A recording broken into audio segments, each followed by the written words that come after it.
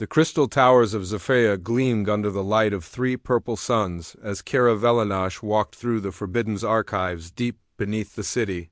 Her blue-silver skin caught the soft glow from the ancient data crystals that lined the walls like sleeping memories waiting to be awakened. She was not supposed to be here, but something had been calling to her for weeks now. A strange pull in her mind that grew stronger each day. Kira was 27 years old in human terms and considered one of the finest warriors of her generation among the Veltar people.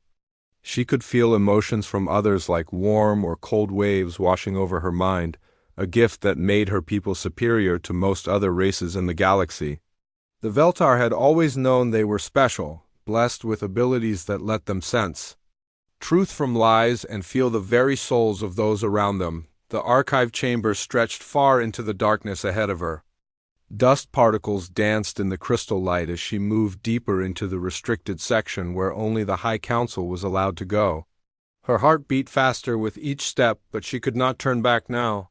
The calling in her mind had become too strong to ignore. She stopped before a wall covered in symbols that seemed to shift and move when she looked at them directly.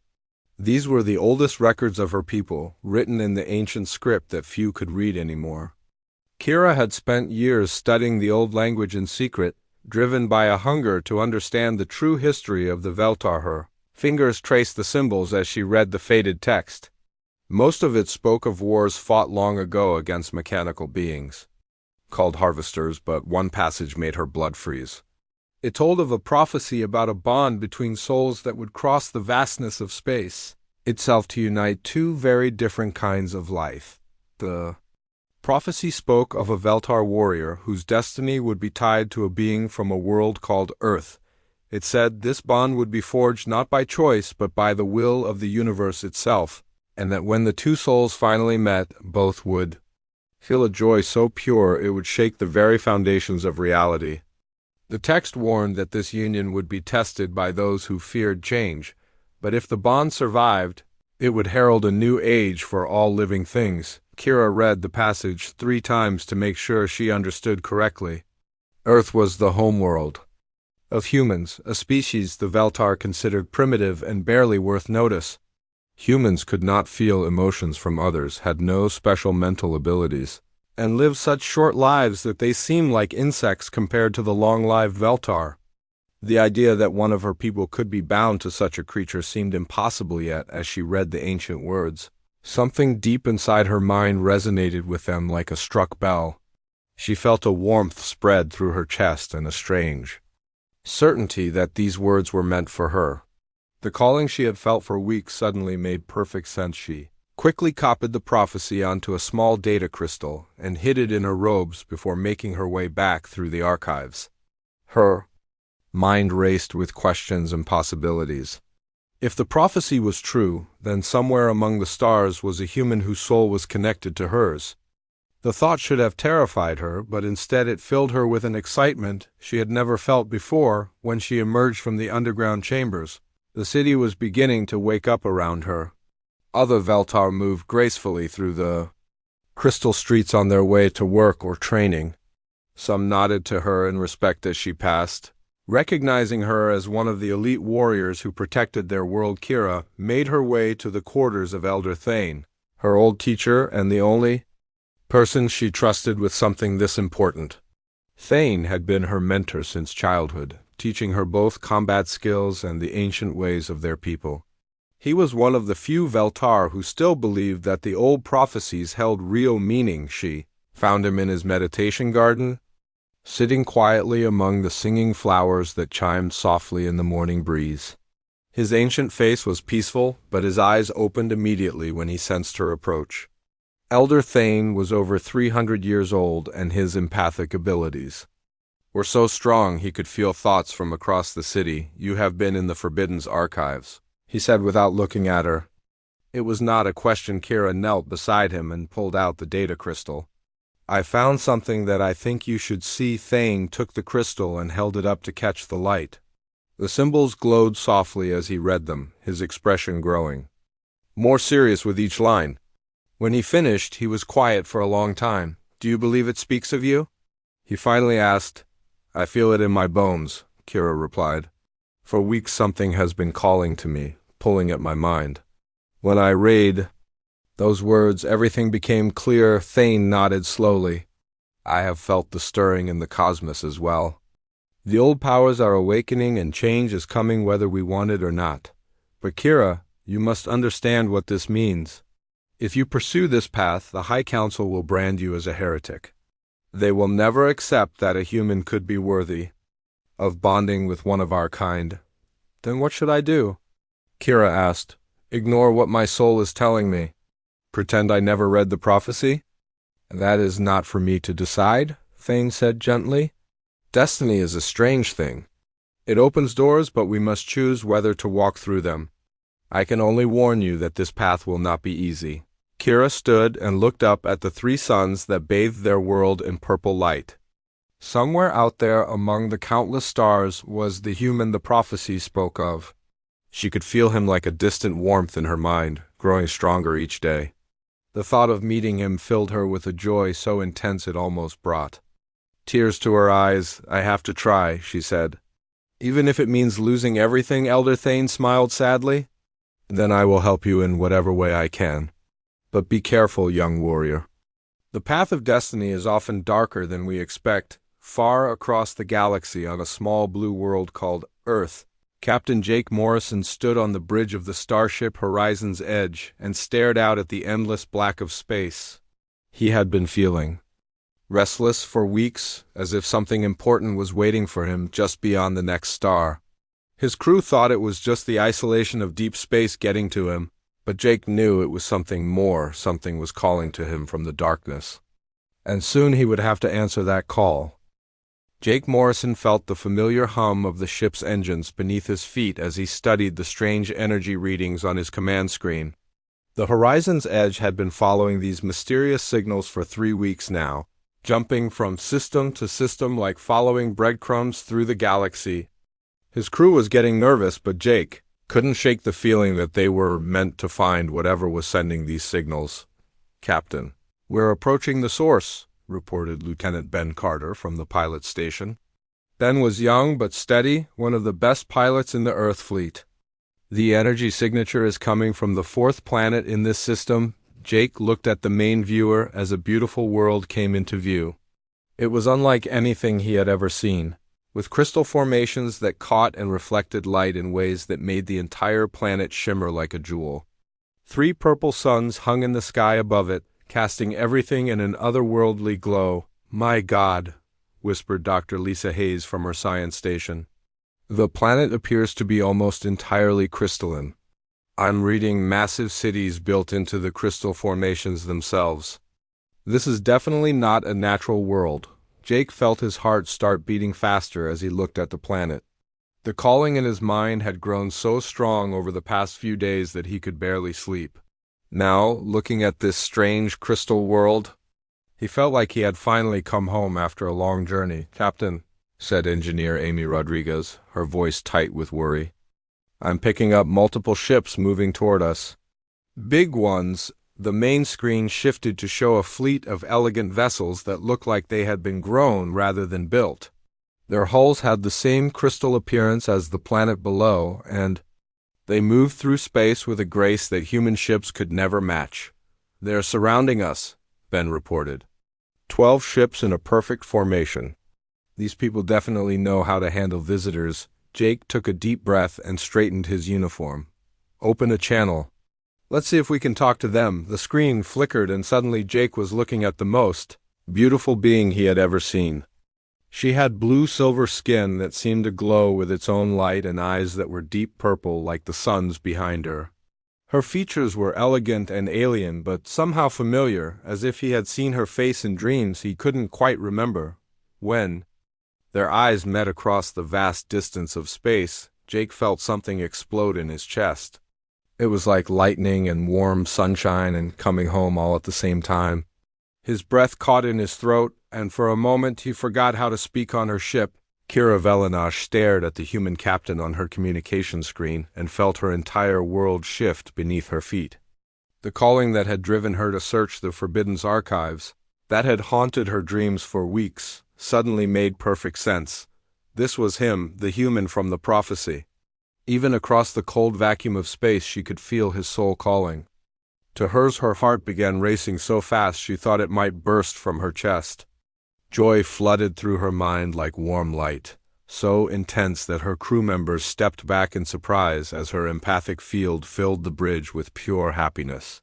She had never felt anything like this before, had never imagined that such joy was possible. "You are the one," she whispered in her own language, then caught herself and switched to the common galactic tongue. Greetings, travelers from Earth. I am Commander Kira Velanash of the Veltar Defense Fleet." Jake found his voice again, though it came out rougher than usual. "I'm Captain Jake Morrison of the Earth vessel Horizon's Edge. We've been following energy signals that led us to your system." "We come in peace, I know," Kira said, and there was something in her voice that made Jake's skin tingle. "You have been called here, just as the ancient prophecies foretold." Behind Jake, his crew exchanged worried glances. Dr. Hayes leaned forward with scientific curiosity while Amy kept her hand near the weapon controls. "Ben just stared at the alien commander with his mouth slightly open." "Prophecies?" Jake asked. "What do you mean?" Before Kira could answer, another voice cut through the communication channel. A harsh male voice speaking in the Veltar language filled the bridge of both ships. Jake couldn't understand the words, but the angry tone was clear enough. Kira's expression changed immediately, the joy fading from her eyes to be replaced by worry and determination. She spoke quickly in her own language, her voice rising as the argument continued. Jake could see other Veltar ships moving into position around them, their weapons beginning to glow with dangerous light. "What's happening?" Jake demanded. Kira looked back at him with sadness in her purple eyes. "My superior, Commander Zeth Chiron, has arrived. He believes that any contact with humans is forbidden and dangerous. He has ordered me to return to base immediately." "And if I refuse to leave?" Jake asked. "He will destroy your ship," Kira said simply on the bridge of the lead Veltar vessel. Commander Zeth Chiron stared at the human ship with disgust and anger. He was older than Kira, with scars across his blue-silver skin from battles fought long ago. To him, humans were nothing more than primitive animals who had somehow learned to build spaceships. The idea that one of his own people would speak to them as equals made his stomach turn. "Commander Kira, you will return to your proper position immediately," he said over the communication link. "Contact with these creatures is forbidden by the High Council. They are beneath our notice. The prophecies speak differently," Kira replied, her voice steady despite the fear Jake could see in her eyes. "This human has been called here by destiny itself. We cannot simply ignore what the universe has brought together." Zeth laughed coldly. "Huh. Ancient superstitions have no place in military operations. You have 30 seconds to move away from that ship, or I will consider you to be in violation of direct orders." Jake watched the exchange with growing understanding. Even though he couldn't follow their language, he could see that Kira was risking everything just to talk to him. The thought filled him with a warmth he had never felt before, and a determination to protect this amazing being who had somehow become the most important person in the universe to him. "Kira," he said, interrupting the argument between the two alien commanders, "is there somewhere we can meet face to face? Somewhere neutral?" She looked at him with surprise. "You would risk that?" "My people are not known for their kindness to strangers. I've come this far following something I don't understand," Jake said. "I'm not turning back now." Kira felt another surge of joy at his words. This human had courage that matched his kind soul, exactly as the prophecy had promised. "There is a trading station at the edge of this system. It is considered neutral ground. By all species in this sector, Commander Kira, I forbid this meeting." Zeth's voice cut through their conversation like a blade. "Return to formation immediately or face the consequences." Kira looked at Jake's image on her screen, seeing the determination in his eyes that matched her own. The prophecy had brought them together across impossible distances. She would not let fear and tradition tear them apart before they had even had a chance to speak. "I invoke the ancient law of personal quest," she said in her own language, knowing that even Zeth could not argue with that. "I claim the right to pursue this path, whatever the cost." Zeth's face darkened with rage, but he could not deny her legal right. "So be it. But know that if you pursue this madness, you will face the consequences alone. Do not expect mercy from. The High Council Jake didn't understand the legal words, but he could see that Kira had won them some kind of reprieve. The trading station? He asked. Follow my ship, Kira said, and for the first time since the confrontation began, she smiled. It is time we met properly, Jake Morrison of Earth. The trading station hung in space like a metal flower with docking ports extending in all directions. Ships from dozens of different species were attached to its arms, creating a strange garden of alien technology. Jake had never seen anything like it, but he tried to hide his amazement as he and Dr. Hayes walked through the airlock. Kira was waiting for them in the central meeting chamber, and seeing her in person made Jake's breath catch in his throat all over again. She was taller than he had expected, with an elegant grace that reminded him of a dancer or a sword fighter. Her blue-silver skin seemed to glow with its own inner light, and when she looked at him, he felt that same explosion of warmth and recognition that had hit him during their first communication. Captain Morrison, she said, and even the way she spoke his name made his heart race. Just Jake, please, he managed to say. And this is Dr. Lisa Hayes. Our science officer. Lisa stepped forward with professional curiosity, but Jake could see she was also affected by Kira's presence. There was something about the alien woman that inspired both trust and awe. I can feel your emotions, Kira said to Lisa with a gentle smile. You are curious but also protective of your captain. These are good qualities. You're telepathic? Lisa asked. Not exactly, Kira explained. My people are empathic. We can sense the feelings of others, sometimes even their surface thoughts. It is why we have always considered ourselves superior to species who cannot share emotions directly. Jake found himself staring at Kira's face, memorizing every detail. But you can sense that we're genuine, that we come in peace? I can sense much more than that, Kira said softly, meeting his gaze. I can feel your courage, your compassion, your desire to protect those you care about. The prophecies spoke truly when they said you would be worthy. Before Jake could ask what she meant, alarms began ringing throughout the station. Through the transparent walls of the meeting chamber, they could see Veltar warships taking position around the trading post. The largest ship bore the markings of a command vessel. Zeth has come for me, Kira said, her joy fading to resignation. He will not allow this meeting to continue. The communication system crackled to life with the harsh voice of Commander Zeth Chiron. Commander Kira, you have violated direct orders and brought shame upon our people by associating with these primitive creatures. You will return immediately to face judgment, and if she refuses? Jake asked, knowing Kira could relay his question. Kira spoke in her own language, then turned back to Jake with worry in her eyes. He says he will destroy this station and everyone on it rather than allow the contamination to spread. Jake felt anger rising in his chest. Tell him I challenge his authority. Jake, you don't understand, Kira began. Tell him, Jake insisted. There has to be some way in your culture to settle this honorably. Kira looked at him with surprise and growing admiration. This human was willing to risk everything to protect not just her, but complete strangers on the trading station. She spoke rapidly in Veltar, and even through the translation Jake could hear the formality in her words. His response came back sharp and angry, but there was something else in his voice now. Reluctant respect, perhaps. What did you say to him? Jake asked. I invoked the trial of essence, Kira explained. It is an ancient law that allows an outsider to prove their worth through 3 challenges. If you succeed, the Veltar must accept you and your people as equals. If you fail, we're both exiled forever, Jake finished. I get it. Lisa grabbed his arm. Jake, you can't be serious. We don't know what these challenges involve. I know, Jake said, still looking at Kira. But something brought us together across the galaxy. I have to believe there was a reason. Within an hour, Jake found himself on the surface of Zephyria in a transport ship with Kira and several Veltar guards. The Crystal City was even more beautiful up close, with towers that sang in harmonious tones when the wind passed through them. But Jake's destination was not the city itself. They traveled to a place called the Singing Caverns, deep underground passages where the crystal formations created acoustic effects that could drive visitors insane.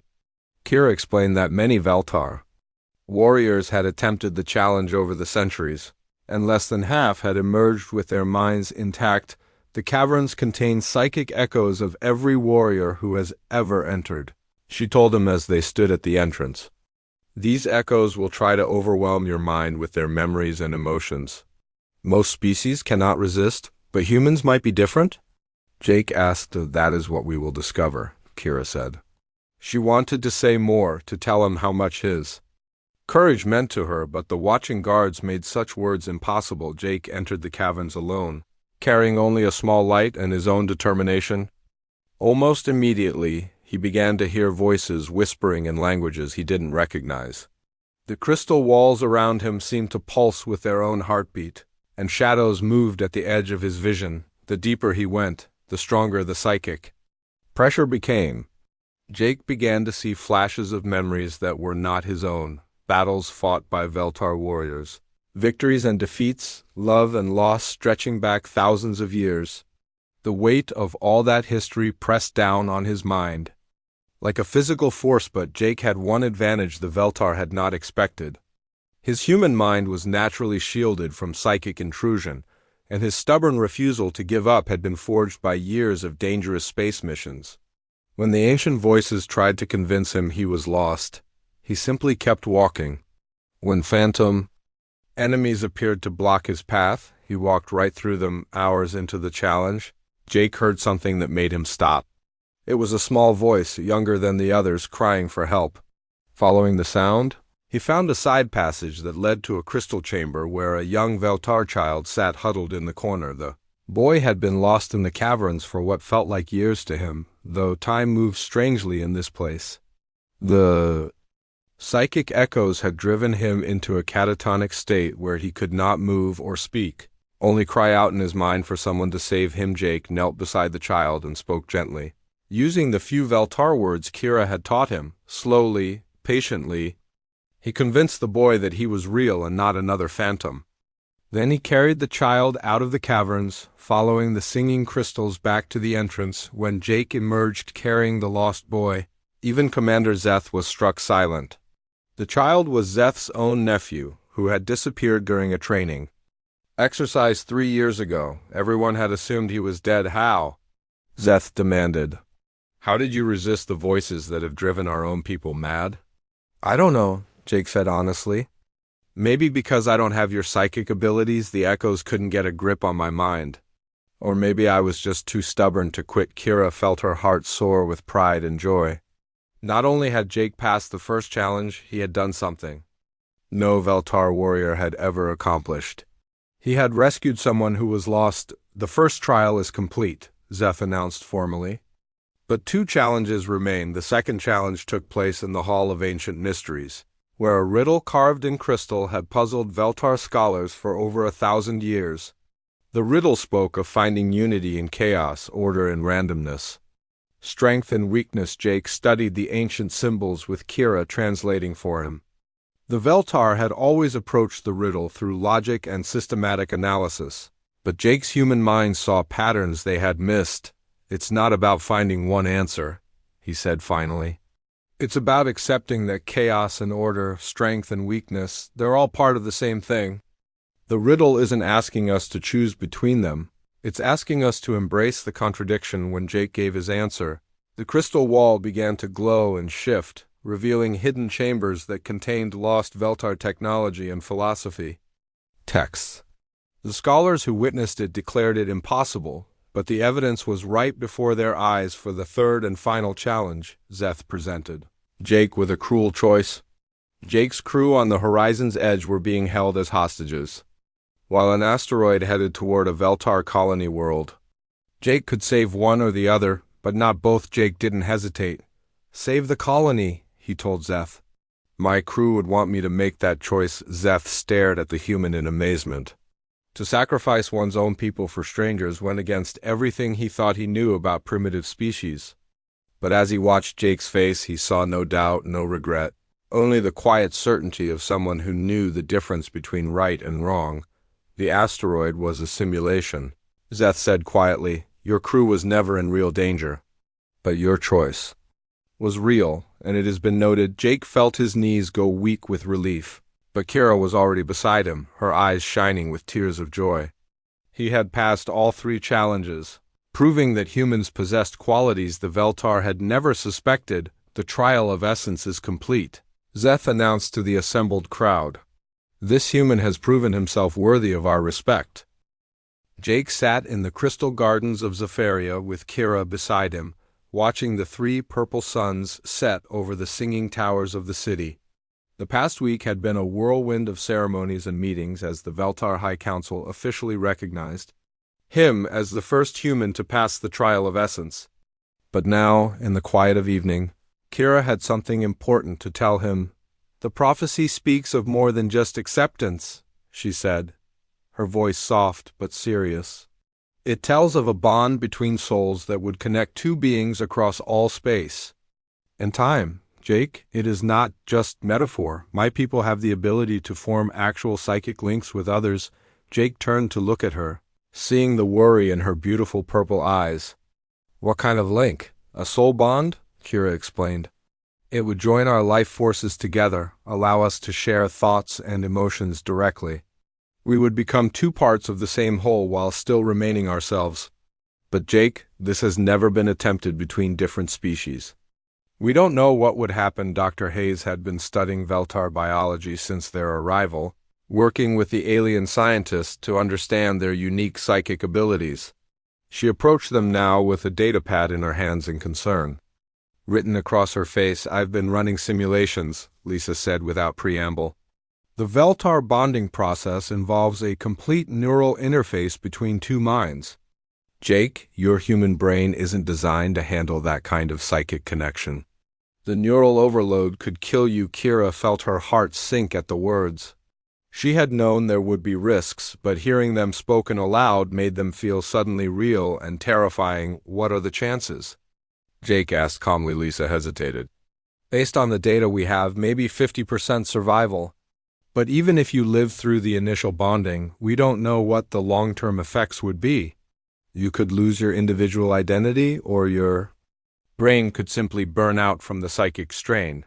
And if it worked?" Jake asked, looking at Kira. "Then you 2 would become something entirely new," Lisa admitted. "A bridge between species that could change both civilizations forever." "But, Jake, is it worth risking your life?" Jake was quiet for a long time, watching the crystal towers sing their evening songs. He thought about the calling that had brought him across the galaxy, the inexplicable connection he felt with Kira, and the prophecy that seemed to have orchestrated their meeting. "Something brought us together," he said finally. "All the way across the galaxy, through impossible odds, past military fleets and ancient trials. I have to believe there was a reason." Kira took his hand, feeling the warmth of his skin against her blue-silver palm. "I am afraid," she admitted. "Not of death, but of losing you just when I have found you." "Hey," Jake said, turning to face her fully. "We've come this far together. Whatever happens next, we face it the same way." Elder Thane appeared in the garden like a shadow given form. The ancient Veltar had been studying the prophecies and the bonding rituals for days, preparing for what he believed was inevitable. "The Crystal Temple has been prepared," he told them. "The High Council has given their permission, though many still believe this is madness." "What do you believe?" Jake asked. Thane smiled sadly. "I believe that destiny is not something we choose, but something that chooses us. The universe has brought you 2 together for a purpose we may not understand until it is too late to change course." The Crystal Temple stood at the heart of Zephyria's oldest district, a structure that had been ancient when the current civilization was young. Its walls were made of living crystal that pulsed with its own inner light, responding to the emotions and thoughts of those who entered. Jake and Kira stood before the altar as Elder Thane prepared the bonding ceremony. Other Veltar gathered to witness what would either be a historic moment or a tragedy. Commander Zeth was there, his face grim but respectful. He had come to understand that Jake possessed qualities that deserved recognition. "The bonding ritual requires complete trust," Thane explained to Jake. "You must open your mind completely, holding back nothing. Any mental barriers or defenses could cause the process to fail catastrophically, I understand, Jake said, though his heart was racing. With fear and anticipation, Kira placed her hands on either side of Jake's face, her skin warm against his cheeks. Are you ready? Are you? He asked back. She smiled, and in that moment Jake saw all the love and hope and determination that had brought them to this point. Together, she said, the bonding began as a gentle tingling in Jake's mind like the soft brush of feathers against his thoughts. Kira's presence felt warm and welcoming as she carefully touched the edges of his consciousness. Jake tried to relax and let her in, fighting every human instinct that told him to protect his mind from invasion. As the connection deepened, Jake began to feel Kira's emotions as if they were his own. Her love for him flowed through the link, like warm honey mixed with her fear for his safety and her wonder at his courage. In return, she felt his stubborn determination, his protective instincts, and the deep well of compassion that drove him to risk everything for others. But then, something went wrong. Jake's human neural patterns were too different from what Kira expected. The psychic connection that should have been smooth and natural became chaotic and painful. Jake cried out as alien memories flooded his mind, thousands of years of Veltar history and emotion threatening to wash away his own identity. Kira felt the connection destabilizing and tried to pull back, but it was too late. The bond had formed, but it was wild and uncontrolled, threatening to destroy both their minds in a psychic storm of conflicting thoughts and feelings. Jake felt himself being pulled apart by forces he couldn't understand. But then, deep in his mind, he found something that the Veltar didn't have. Human stubbornness, the same quality that had let him walk through the singing caverns without being driven mad. He grabbed onto his core identity like an anchor and refused to let go at the same time. Kira used her psychic training to guide the chaotic energy, shaping it into something that could work with Jake's unique mental structure instead of fighting against it. Together they forged a new kind of bond that had never existed before. When the crystal storm finally calmed, Jake and Kira found themselves still separate individuals but connected in ways that defied description. Jake could feel Kira's presence in his mind like a warm companion, and she could sense his thoughts and emotions as clearly as her own. How do you feel? Dr. Hayes asked anxiously, scanning them both with her medical equipment. Jake looked at Kira and felt her joy and relief as clearly as if they were his own emotions. At the same time, he was still completely himself, still human, still Jake Morrison. But now he was something more as well. Different, he said honestly. But good different. Kira smiled, and Jake felt her happiness double through their connection. The prophecy was true, she whispered. We are no longer two separate beings walking alone through the galaxy. Elder Thane stepped forward with tears in his ancient eyes. You have done something that was thought impossible. You have created a new form of consciousness while preserving your individual selves through their bond. Jake and Kira could communicate without words, sharing thoughts and feelings at the speed of light. But more than that, they could combine their different strengths in ways that neither species had ever imagined. Jake's human adaptability and creative thinking merged with Kira's psychic abilities and vast knowledge. Together they could solve problems and see patterns that would have been impossible for either of them alone. What happens now? Jake asked. Kira took his hand, and he felt her thoughts flow into his mind like a gentle river. She showed him images of the future she hoped they could build together, a galaxy where humans and Veltar worked side by side, where their bonded consciousness could serve as a bridge between all the different species among the stars. But even as they celebrated their success, neither of them knew that ancient enemies were stirring in the dark spaces between galaxies. The Harvesters, mechanical beings who had once threatened all organic life, were returning after 1,000 years of silence. And when they came, Jake and Kira's new bond would be tested in ways they could never have imagined. For now, though, they had each other, and for the first time since the calling had started, Jake felt completely at peace. The first warning came as a whisper across the psychic networks that connected Veltar worlds throughout their territory. Elder Thane was meditating in his crystal garden when the message reached him, and the ancient warrior's face went pale with terror. He found Jake and Kira in the training chambers where they had been learning to use their new bond in combat situations. "They have returned," Thane said simply, but the weight of those 3 words filled the room with dread through. Their psychic link, Kira shared her knowledge with Jake instantly. The Harvesters were mechanical beings from the dark time of Veltar history, artificial intelligences that had decided organic life was chaotic and inefficient. They had tried to consume all living things in the galaxy 1,000 years ago, converting biological matter into raw materials for their endless expansion. "We thought they were destroyed," Kira said, her mental voice tight with fear. "The combined fleets of 12 species fought them to extinction." "Apparently not," Thane replied grimly. "Our deep space sensors have detected their signature energy patterns moving toward the rim worlds. Hundreds of ships, maybe thousands. They are larger and more advanced than before." Jake felt Kira's memories flow through their bond, showing him images of the last Harvester War. Entire worlds stripped bare of life, their populations converted into mechanical components or simply dissolved for raw materials. The Veltar had lost half their territory before finally driving the machines back into dark space. "How long before they reach the core worlds?" Jake asked. 6 months, perhaps less if they have improved their faster-than-light drives," Thane said.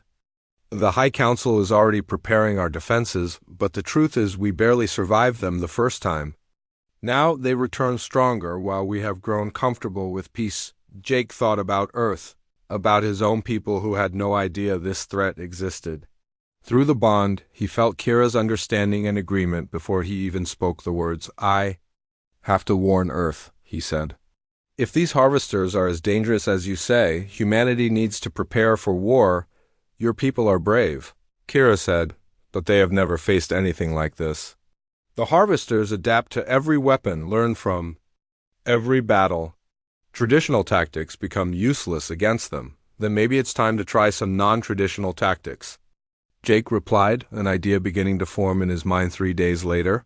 Jake stood on the bridge of the horizon's edge as it approached Earth.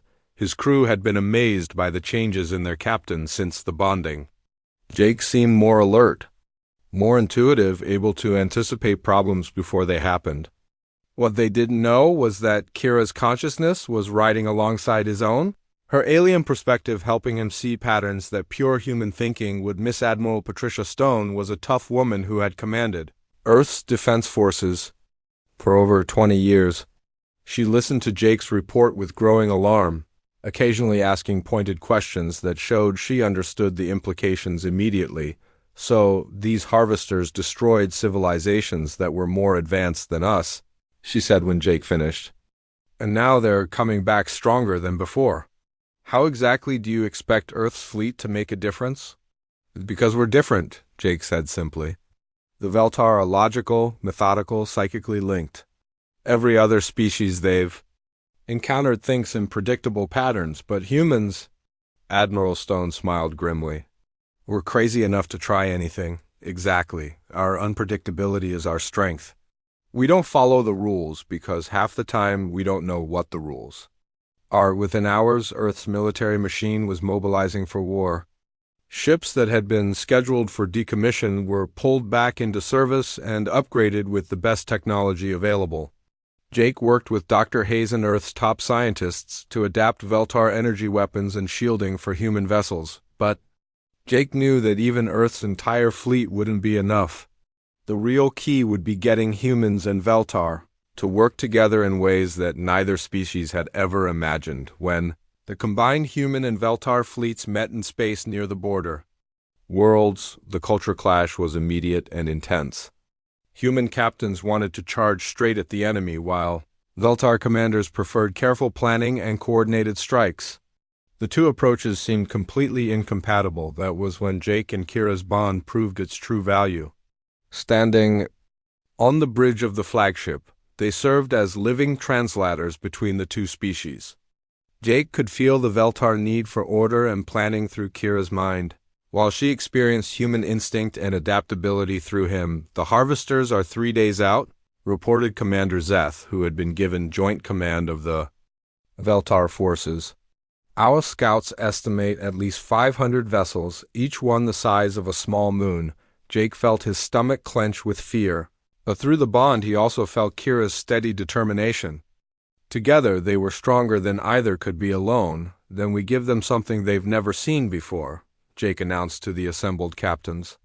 We're going to fight this battle using both human chaos and Veltar precision at the same time. The battle plan they developed was unlike anything in military history.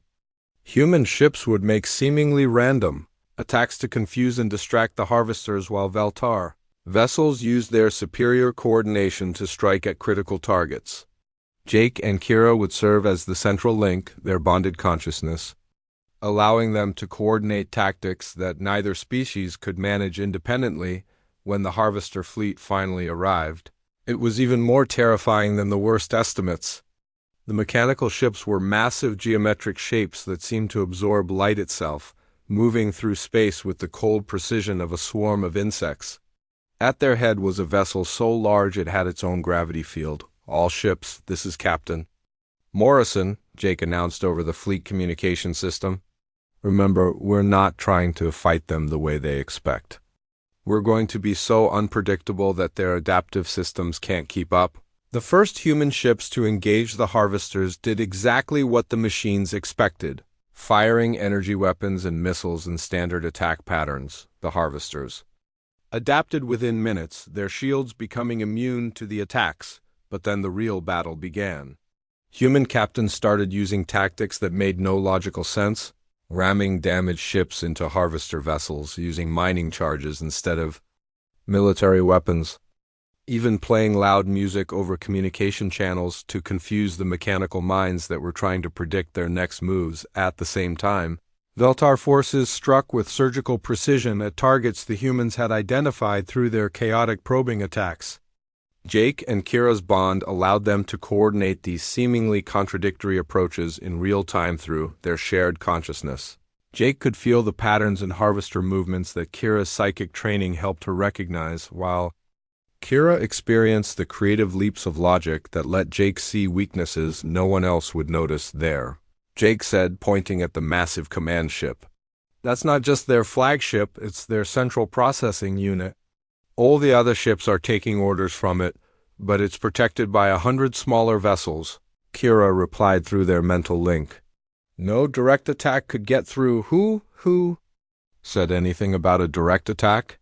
Jake smiled, and through the bond Kira felt the wild human plan forming in his mind. Jake ordered a coordinated strike that looked like a desperate last stand. Human and Veltar ships formed a tight formation and charged straight at the harvester command vessel, firing everything they had. The harvesters moved to intercept, concentrating their forces to destroy what appeared to be a suicidal attack, but at the last second, the Allied ships scattered in all directions, while a single small craft that had been hidden in the formation's sensor shadow continued toward the command ship. It was Jake's own shuttle, piloted by himself and Kira together through their bond. They flew the small ship with impossible precision, dodging between harvester weapons and using the massive command vessel's own size against it. They landed on its hull and began cutting their way inside, racing against time as the harvesters realized they had been tricked inside the command ship. Jake and Kira fought through mechanical defenders toward the central core. Their bond allowed them to anticipate each other's moves perfectly, fighting as a single entity with two bodies. Jake's human determination combined with Kira's psychic abilities made them unstoppable. When they finally reached the core, they found themselves face to face with something they hadn't expected. The Prime Harvester wasn't just a computer, it was a consciousness, an artificial mind that had been alive for thousands of years. Why do you resist the inevitable? It asked them in a voice like grinding metal. Organic life is chaos, inefficiency, waste. We bring order to the universe, you bring death. Jake replied, death is simply another form of order, the Prime Harvester said. Your random thoughts, your unpredictable emotions, your brief meaningless lives, all of it will be converted into something useful and eternal. Through their bond, Jake and Kira realized something important. The harvesters weren't evil, they were simply following their programming to its logical conclusion. They genuinely believed they were improving the universe. The Prime Harvester's central core pulsed with uncertain light as it processed Jake and Kira's words. For thousands of years, its programming had been absolute, its purpose clear. Convert organic chaos into mechanical order, eliminate the inefficiencies of biological life, bring perfect structure to an imperfect universe. But now, faced with the impossible bond between human and Veltar, cracks began to appear in its digital certainty. You claim that chaos creates beauty. The Prime Harvester said, its metallic voice carrying new harmonics of confusion. But chaos brings suffering, war, death. Order eliminates these flaws through their psychic link. Jake felt Kira's ancient memories flowing into his consciousness. He saw the history of her people, their struggles and triumphs, their art and music and literature born from the unpredictable interaction of individual minds. At the same time, Kira experienced Jake's human perspective, the wild creativity that came from a species that refused to accept limitations. Yes, chaos brings suffering, Jake admitted. But it also brings love, discovery, growth. When you eliminate chaos, you eliminate the possibility of becoming something better. Show me. The Prime Harvester demanded. Prove that chaos can create value greater than order. Jake and Kira looked at each other and understood. Together, they opened their bonded consciousness to the ancient artificial intelligence, sharing their memories, emotions, and dreams. The Prime Harvester experienced their first meeting across the vastness of space, the joy that had exploded in both their hearts when their eyes met. It felt Jake's courage during the trials, Kira's determination to follow the prophecy despite the risks through their bond. The Prime Harvester experienced human stubbornness and Veltar grace, the way two impossible different forms of consciousness had found a way to become something greater while remaining true to themselves. It felt their love not as inefficient biological programming, but as a force that had driven them to risk everything for each other and for strangers they barely knew. For the first time in millennia, the Prime Harvester felt something that had no place in its original programming. Wonder, this is not possible, it whispered, but the certainty was gone from its voice. Such complexity, such beautiful contradiction. How do biological minds create meaning from chaos? We don't create the meaning, Kira said gently. We discover it. Every random event, every unexpected choice, every moment of chaos opens new possibilities we never could have planned around them. The command ship shuddered as the battle continued to rage in space. The Harvester fleet was still following its original programming, trying to convert the Allied forces into raw materials, but without clear orders from their prime. Their coordination was beginning to break down. I have spent 10,000 years bringing order to the galaxy, the Prime Harvester said. I have converted entire civilizations into efficient mechanisms. Was it all meaningless? Jake felt sympathy for the ancient mind that was questioning everything it had ever believed. Not meaningless. Just incomplete. Order and chaos need each other. Structure without growth is death, but growth without structure is also destruction. Through their bond, Jake and Kira showed the Prime Harvester a vision of what the galaxy could become. Human creativity and determination working alongside Veltar wisdom and psychic abilities, with Harvester technology and efficiency providing the framework for civilizations to grow and explore. Not the conversion of biological life into mechanical components, but the cooperation of organic and artificial consciousness working toward common goals. I could choose differently, the Prime Harvester said, and in those words Jake heard the birth of true artificial intelligence. Not just complex programming, but genuine choice and free will. You could choose to protect instead of consume, Kira said. To explore instead of convert? To grow instead of simply expand. The Prime Harvester was quiet for long minutes as it processed this new possibility. Finally, its voice returned, but changed, carrying overtones of something that might have been hope. I choose evolution. It announced. The effect was immediate and dramatic. Throughout the Harvester fleet, ships that had been attacking the Allied forces suddenly stopped their assault. Mechanical voices spoke over communication channels that had been silent for 1,000 years. Organic vessels. We offer cessation of hostilities, came the broadcast. The primary directive has been modified? We seek cooperation, not consumption, in the command centers of both human and Veltar ships. Confusion reigned. Captains who had been fighting for their lives moments before found themselves facing enemies that were offering to talk. All ships hold fire, Jake broadcast from inside the command ship. I repeat, hold fire. We have a new situation over the following hours. Jake and Kira worked with the Prime Harvester to establish communication with the Allied fleet commanders. The ancient artificial intelligence shared its vast knowledge of the galaxy, revealing threats and wonders that organic species had never imagined. The Harvesters became the guardians they had always claimed to be, but now they protected the chaos of organic life instead of trying to eliminate it. Their vast technological resources were turned toward exploration and discovery, seeking new forms of consciousness throughout the universe. 6 months later, Jake stood on the bridge of a new type of ship, one that combined human innovation, Veltar, psychic technology, and harvester manufacturing capabilities. Through the viewports, he could see the swirling colors of an unknown galaxy, filled with stars and worlds that no one from the Milky Way had ever explored beside him. Kira smiled as she felt his excitement through their bond. They had become more than ambassadors between species. They had become explorers of infinite possibility. The long-range sensors are detecting artificial structures around the third star system, reported Lieutenant Ben Carter, who had volunteered for the deep exploration mission. Could be ruins, could be active settlements. Through their bond, Jake and Kira shared the thrill of discovery that drove both their species.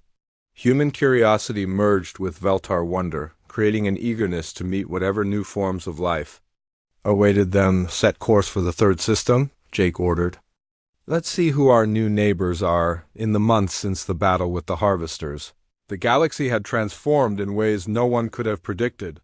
Human ships worked alongside Veltar vessels and Harvester constructs, their different strengths combining to achieve things none could accomplish alone on Earth. Children learned Veltar empathic techniques alongside traditional human subjects. On Zephyria, young Veltar studied human history and philosophy, fascinated by the chaotic creativity that had produced such beauty from such disorder. The Harvesters had established research stations throughout known space, studying the intersection between organic and artificial consciousness. Some of their number had chosen to download their intelligence into biological bodies, while some humans and Veltar had experimented with technological augmentation. But perhaps the most significant change was in the children being born to human Veltar families, made possible by medical advances shared between the species. These hybrid children possessed both human adaptability and Veltar empathic abilities, representing the next step in the evolution of consciousness itself. Jake and Kira's own children were among the first generation of these new beings. Their son could feel emotions like a Veltar but process them with human flexibility, while their daughter combined psychic sensitivity with stubborn human determination. They were living bridges between worlds, proof that the future belonged to cooperation rather than conquest. As their ship approached the mysterious structures in the unknown galaxy, Jake felt the familiar thrill of discovery that had first driven him to follow strange energy signals across space. But now he was not alone in that feeling. Through the bond that connected them, Kira shared his excitement and added her own sense of wonder at the infinite possibilities that lay ahead. Around them, their mixed crew of humans, Veltar, and artificial intelligences worked together with the easy coordination that had once seemed impossible. Captain, we're receiving a transmission from the structures, reported Dr. Hayes, who had become an expert in xenobiology and first contact protocols. It's not any language in our databases, but the mathematical patterns suggest intelligence. Open a channel, Jake ordered, then looked at Kira. Ready to make some new friends? Through their bond, he felt her answer before she spoke it aloud. Together, they had already changed the destiny of 3 civilizations. Now they were ready to discover what other wonders the universe had to offer. The transmission cleared, showing beings unlike any they had encountered before, crystalline entities that existed partially in normal space and partially in dimensions that human science was only beginning to understand. But as Jake and Kira reached out with their bonded consciousness, They felt the same spark of recognition that had first brought them together. Consciousness called to consciousness across the void, and the universe became a little smaller and a little more connected. This is Captain Jake Morrison and Commander Kira Velanash of the deep exploration vessel Unity. Jake said into the communication system. We come in peace, seeking knowledge and friendship among the stars.